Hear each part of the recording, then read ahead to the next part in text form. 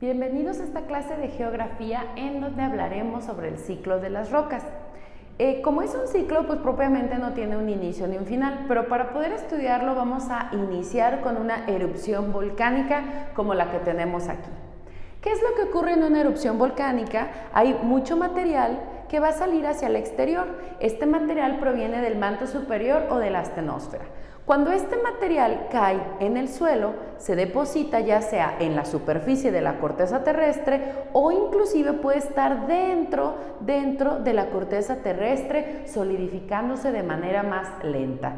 Entonces, el primer proceso que ocurre cuando tenemos cuando hablamos del ciclo de las rocas, el primer proceso que tendremos es la solidificación.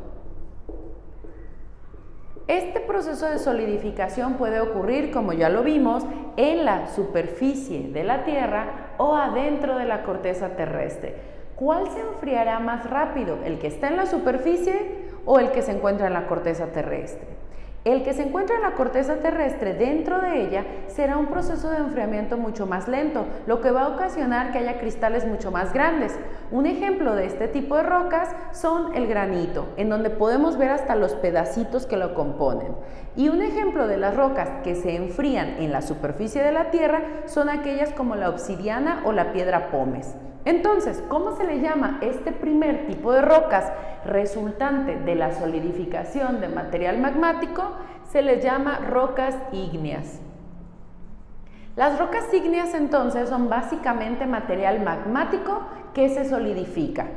Dependiendo de su lugar de solidificación, podremos tener rocas intrusivas, aquellas rocas ígneas que son dentro de la corteza terrestre enfriadas, o las rocas extrusivas, aquellas rocas que se enfrían de manera en el exterior.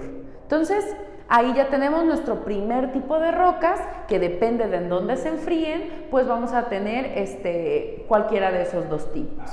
¿Qué es lo que puede ocurrir después del proceso de solidificación de nuestro primer proceso? Bueno, pueden haber dos caminos, ¿sale?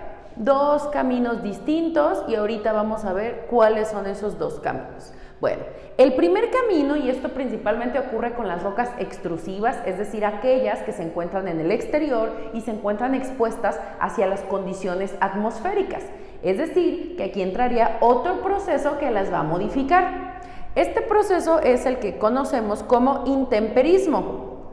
El intemperismo es el proceso por el cual es el efecto que tiene sobre cualquier material, el agua, la lluvia, el aire, el hielo, cualquier efecto de las condiciones atmosféricas sobre un material, en este caso sobre la roca.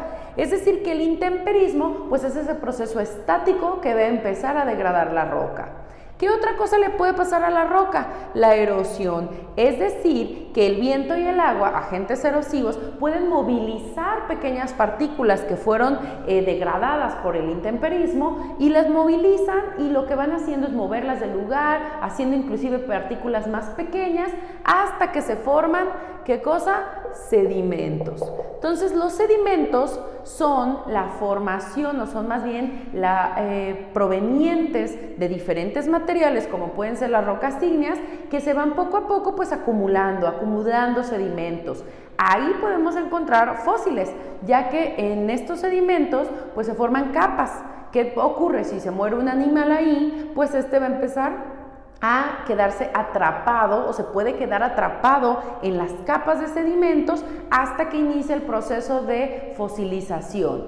Entonces, ¿qué pasa con estos sedimentos? ¿Es un nuevo tipo de roca los sedimentos? No, pero los sedimentos nos pueden dar origen a otro tipo de roca que se llama roca sedimentaria. Es decir, la roca sedimentaria es aquella que se forma a partir de sedimentos que son compactados. Entonces aquí ya tenemos otro proceso, el proceso de compactación. Entonces la compactación se refiere a cuando todos esos sedimentos empiezan cada vez a apachurrarse, y es tanta la compactación que se forma un nuevo tipo de roca. Pero ojo, los sedimentos no solo son formados por rocas ígneas, por pedacera de eso, sino que también hay rocas sedimentarias, aquí me faltó ponerle la S, que van a formar también parte de estos sedimentos. ¿Qué proceso es el que va a hacer que las rocas sedimentarias puedan hacer pedazos y que formen sedimentos? Pues los mismos procesos que tenemos aquí, que es el intemperismo. El intemperismo, es decir, que si esa roca queda expuesta, el intemperismo y la erosión van a dar origen a nuevos sedimentos. Entonces, ahí ya tenemos dos tipos de rocas, aquellas que son material magmático solidificado y aquellas que son hechas de la compactación de sedimentos. Entonces, vamos ahora a ver nuestro último y tercer tipo de roca, que se refiere a aquellas rocas que surgen también de las rocas ígneas, pero quedamos que había rocas ígneas extrusivas que se encontraban en la superficie expuestas a las condiciones del tiempo, y también existen las rocas ígneas intrusivas, aquellas que se quedan atrapadas en la corteza terrestre. Estas rocas intrusivas quedamos que podían ser como el granito, que digamos su enfriamiento es lento, forma cristales gruesos.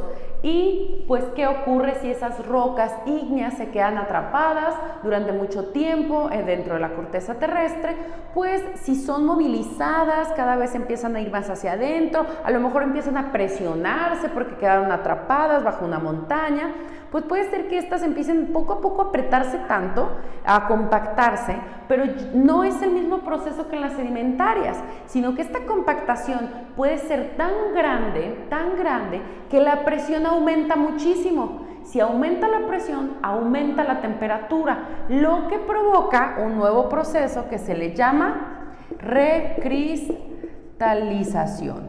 Entonces, el proceso de recristalización se refiere a cuando la roca está sujeta a gran presión y a gran temperatura, los minerales que componen esta roca se modifican, cambian por otros. Es tanta esta presión que se transforman, y de ahí viene el nombre de este tipo de roca, porque este tipo de roca es conocida como las rocas metamórficas.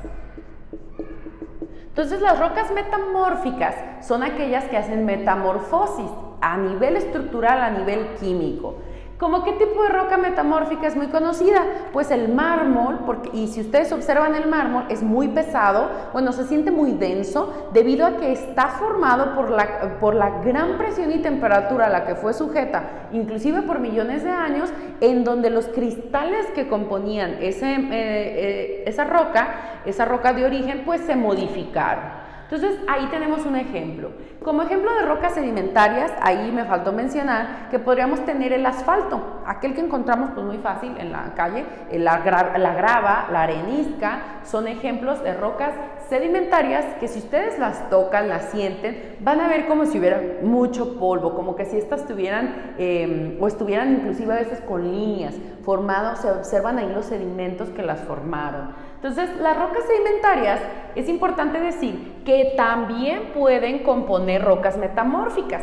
Si ahí tenemos el proceso de recristalización, es decir, que a veces estas sedimentarias son empujadas hacia adentro de la corteza terrestre por actividad sísmica, por nueva actividad volcánica, entonces ahí hay un proceso de recristalización nuevamente para formar rocas metamórficas. ¿De qué otra manera podemos tener sedimentos? Pues, ¿qué creen? Los sedimentos también pueden ser formados por rocas metamórficas. Es decir, que los sedimentos son pedacera de todo lo que hay ahí. Estas rocas metamórficas, si son elevadas hacia la superficie, se intemperizan, es decir, que aquí entraría otra vez el proceso de intemperismo y erosión, perdonen la letra fea, y la erosión actuando, degradando la roca, movilizando los pequeños fragmentos hasta que podamos obtener sedimentos nuevamente. Esos sedimentos, pues ya vimos que pueden formar, al compactarse, rocas sedimentarias.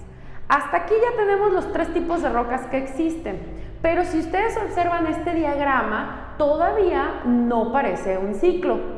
¿Qué es lo que le falta a este diagrama para hacer un ciclo? Pues que todo vuelve a empezar. Entonces, ¿qué vamos a hacer para que vuelva a empezar? ¿Cómo podemos regresar al volcán? Pues todo lo que ya vimos. Bueno, pues sí hay una manera de que todo regrese, o hay un proceso en donde todo, hasta los sedimentos, vuelven otra vez hacia donde inició todo, que fue en un volcán. No es que alguien va a llevar una bolsa de rocas y pues los echa y ya fundo la roca y ya está. Recordemos algo que ocurre en las placas tectónicas. Dependiendo de los límites de las placas tectónicas, vamos a generar nueva corteza en los límites divergentes, pero también destruimos corteza terrestre en los límites convergentes.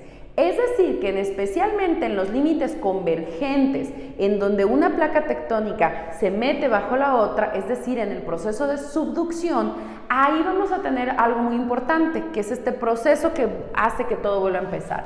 Y este proceso se le llama fusión.